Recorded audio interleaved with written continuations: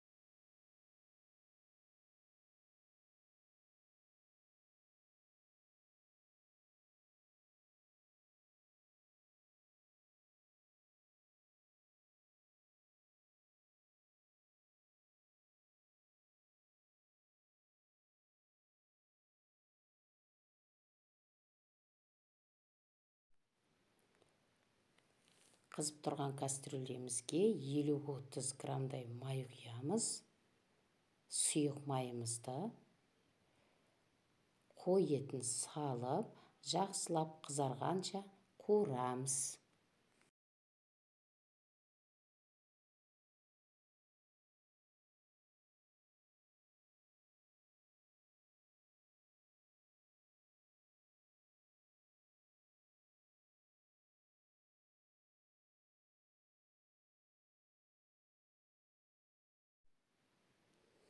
Жақсы қуырылған еттің үстіне қызарып, пиязымызды саламыз. Пиязымызды араластыра отырып жақсылап қуырамыз. Оны да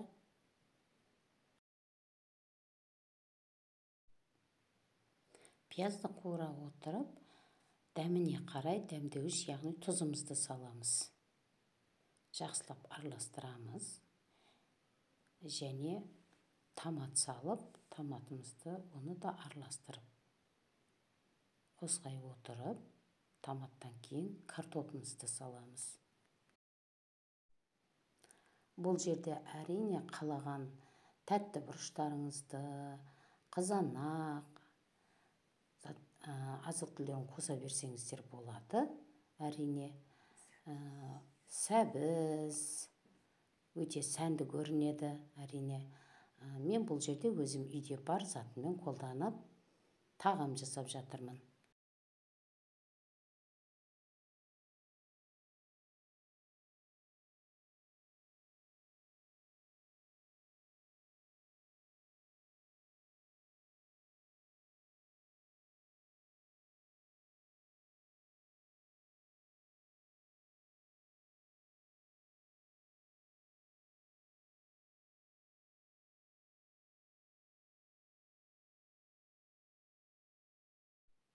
Мінекей қызарып қуырылды, өте керемет. Енді үстіне су құямыз. Суды әрине еттің беті, ет жабылмайтын, көрінбейтіндей етіп, мөлшерінде жобасында, бір орта кесе жобасында су құямыз.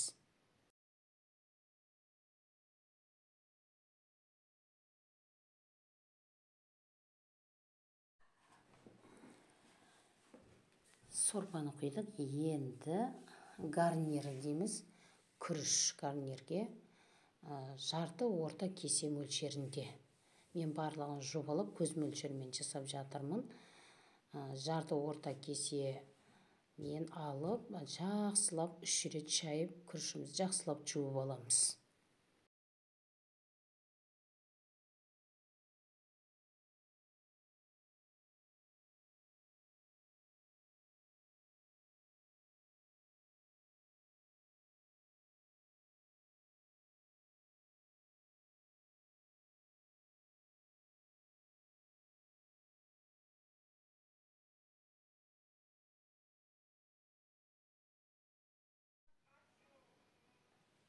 Етіміз міне шымырлап қайнап шықты, бүлкілдеп жақсы қайнап жатыр.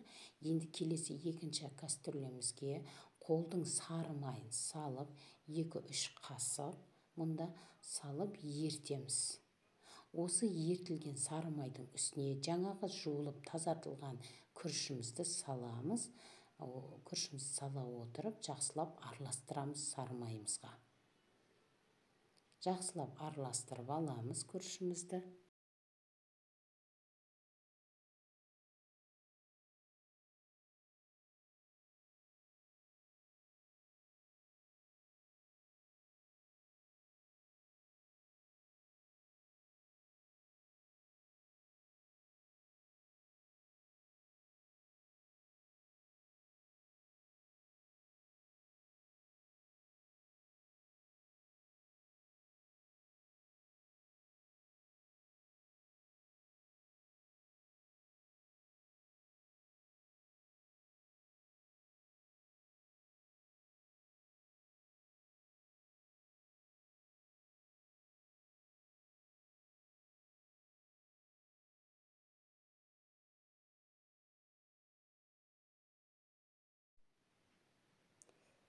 Сары майға жақсылап араластырған күрішіміздің үстіне дәміне қарай тұзымызды салып, су құямыз.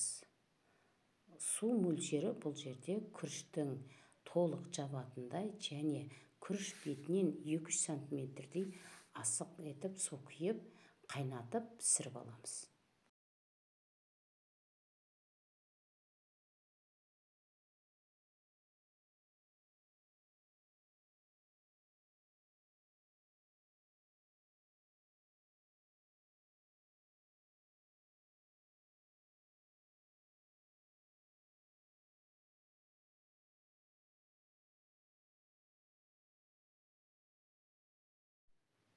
Мінекей өздеріңіз көріп тұрғандай, күрішіміз жай ғана жайлап қайнап отырып, біздің күрішіміз пісті.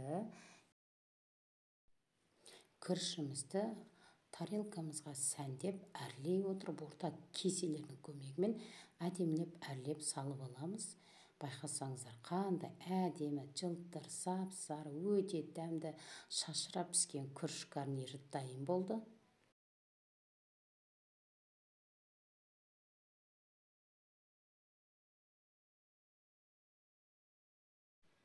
Осы дайын күріш гарниріне пісіп дайын болған етімізді саламыз. Байқап тұрғандарыңыздай керемет. Енді бұл тағамды қалай әрлеу, ол өз еріктеріңізде. Бұл жерде мен майонез, кетчуп, укроп, петрушка, міне қалаған заттарыңыз қосуға болады. Әрине мен бұл жерде кетчуппен, майонезбен, петрушкамен әрленді. Қолда бар затпен әрленді. Міне менің сүйікті көрермендерім, әсіресе әйел қауымдары. Міне өз жолдасымыздан өз қалауымызды алу үшін осылай керемет тағамдар ұсынып отырсақ, әрине ер азаматтарымыз не айтсақ та орындайды деп ойлаймын. Қандай керемет, тамаша ресторан тағамы дайын болды. Ас болсын. Менің бейнебаянымды тамашалап көріп отырғандарыңызға үлкен рахмет. Қолдау көрсетіп, лайк, комментарий жазып кетіңіздер, қолдай отырыңыздар.